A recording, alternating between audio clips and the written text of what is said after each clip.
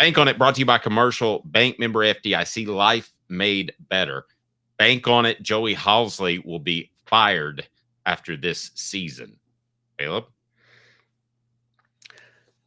No, but I think he's in some trouble. The only reason I don't think after this season, I think the whole offensive staff has bought themselves some goodwill, not goodwill, but some time, because everybody's going to be understanding of what happened with Nico. But I think if he is fired, it would be, I don't think Josh Heupel and company are happy with Joey Halzle. I think, and I'll let you actually give the details of what you think, but for those who don't know, Nico told Joey Halzle Friday night that he was entering the portal. He clearly had contact with Joey Halzle and nobody else on Tennessee staff for 24 hours. The question is how much and how involved was Joey Halzle? And I think that I don't think Halzle is going to be fired after this year, because I don't think Josh Heupel is going to want I don't think he's going to want the negative press of doing that when he can maybe sell a future with whoever he goes at quarterback or something like that. But I think Joey Halzle is going to be on the hot seat. I don't think he'll be fired either, but I've got a real issue. I don't know if it's with Halzle or if it's with Heupel, the way this was handled. This is not what an assistant coach should be doing. This is what the head coach should be doing. Joey Halzle was overplaying with or Nico was overplaying with Joe Halsey's kids, I was told, and everything's hunky-dory. And then at the end of the meeting, after spending all day with him, said, I'm gone. How old's Joey Halzle again? 34, 32, somewhere in there. And I don't want to be an ageist, but he has never been in 30. He's 39. 39. Okay. But inexperienced, you'll give me that. Yes. I will go ahead and go out on a limb and say that he has not been in this type of situation before. And it was all on Joey Halzle. This is an unusual situation. I'm not sure you use it against him, but it is a factor if I'm considering making a change, because you let Nico get away to some extent. I don't want to blame it on one guy. I think it's the dad's fault. But if it comes down to where I got to make a tough decision, this ain't helping him. Now, on the message board, they agree with you. Halzle says he bought himself some more time with the quarterback debacle. I definitely think he bought himself this year and perhaps 2026, but I didn't really think with a talent like Nico that he would need to play that card. No, I didn't either. And let's tell the story of Joey Halzle, guys. Let's put this out there. There were some concerns when he was hired at Tennessee, or when he was promoted at Tennessee, because let me give you Joey Halzle's backstory real quick. He graduates from Oklahoma in 2008. From 2009 to 2011, quality control coach. 2012 to 2014, graduate assistant. 2015, offensive assistant at Utah State. 2016, offensive assistant at Missouri. 2017 to 2018, leaves college football altogether, works in the private sector, comes back in 2019, offensive assistant. So, Dave, post-playing career, we're looking at 7 straight seasons. He was an off-field assistant and never got promoted to an on-field role. Spends 2 years outside of football, comes back, still doesn't get an on-field role, and is finally promoted to quarterbacks coach in 2020, and then is promoted to offensive coordinator in 2023. Look, I'm just going to be honest with you. We talked about this before. It was a red flag when Brent Venables was a defensive coordinator for so long and never got a legitimate offer as head coach. It spoke to John Chavis that he was a defensive coordinator for so long at Tennessee and had so much success and never got an offer to be a head coach. It speaks volumes when you are an off-field assistant coach for nearly a decade, and you never, for the same person, by the way, in Josh Heupel, and you never get offered an on-field role. That says something about, at the very least, maybe Josh Heupel never thought he was mature enough for it, right? Yeah, I think there's another reason that Halzle is not going to be in the hot seat. Bank on it, brought to you by Commercial Bank, member FDIC, life made better. Commercial Bank is your neighborhood bank. What makes us different from other banks? We understand that every customer has unique opportunities, challenges, and financial concerns. We don't expect you to fit into the same box as the next person or business.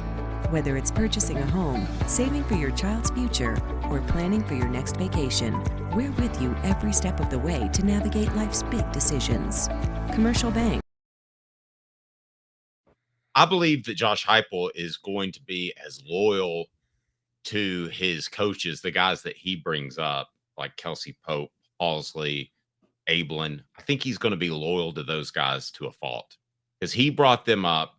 He wants everything in house. So he doesn't want to admit he's wrong, but keeping everything in house, there's an argument to be made for that. I don't hate that, Caleb. And I think he's a little overly concerned about stuff getting out, but I think that concern, arguably paranoia, will cause him to stick with the coaches the same way that he gave the coaches their break when nobody thought they were going to receive that type of break, specifically Halzle. It's also something that could hold Josh Heupel back in the new era of college football. Guys, things aren't secret anymore. Systems aren't secret anymore. Styles aren't secret anymore. Okay, it's there. College football is almost going the way of the NFL with just a wider variety of coaching styles, because you have Josh Heupel has assistants scattered all across the country, and truth be told, I don't know how he expects to keep this thing quiet for long. I mean, people are already look. Last year, people had not just adjusted to Josh Heupel's system; they had adjusted not just to Josh Heupel. I mean, they adjusted to every coach that runs the system. I don't know if you guys noticed this, but the veer and shoot offense, the Art Briles system, it was struggling everywhere in college football last year. Why is it struggling everywhere? Because everybody's seeing it now. So defense coaches are adjusting to it. So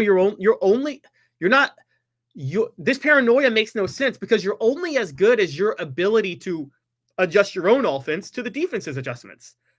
And Dave, what you're suggesting to me, see, I don't know if this is, I know you're not saying this because we know Josh Heupel can adjust. He went 12 personnel last year, but it does give off a vibe of Josh Heupel had a system. It was ahead of the curve. And now that people are catching up, he's having a harder time staying ahead.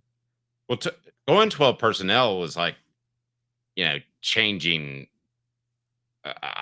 jobs. To me, changing your philosophy of I'm a paranoid person is like changing lives. I mean, that's a much bigger commitment. That's who he is as a person. It comes from Oklahoma. It comes from having the carpet pulled out from under him.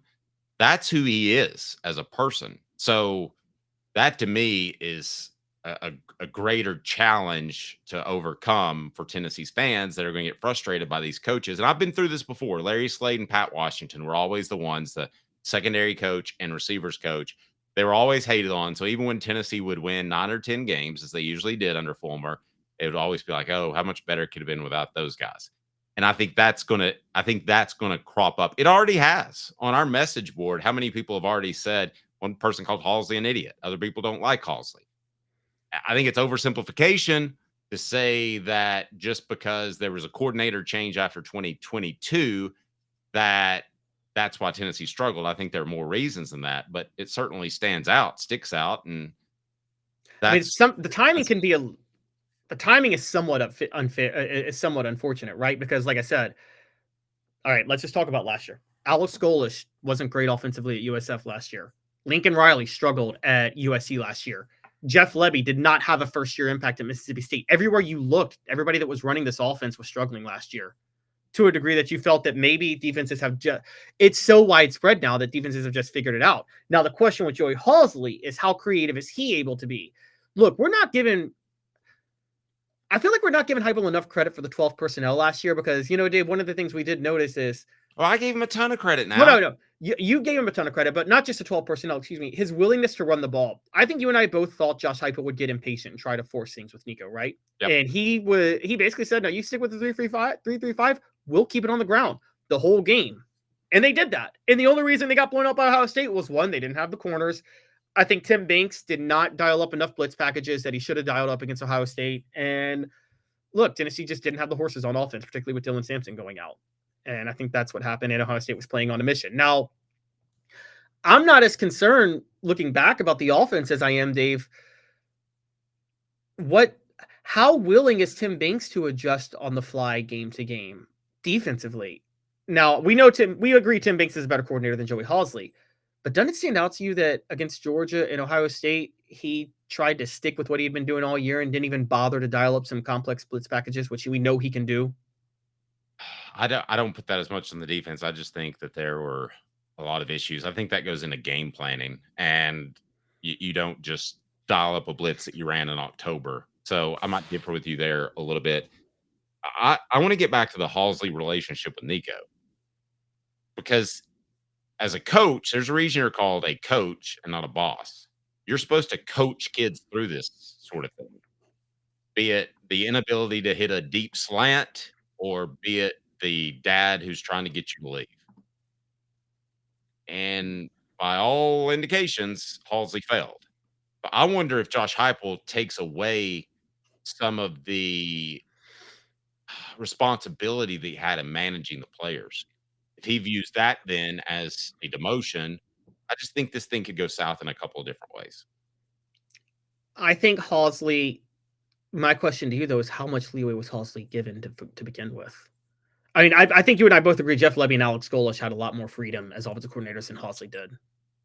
And I think that really kind of stood out. The big thing with the big thing with Golesh is Tennessee always seemed to have an impact on their first drive. They scripted a drive. Did Tennessee look like they ever scripted their first drive last year? No. And I think they had to find out how their offensive tackles were going to be playing.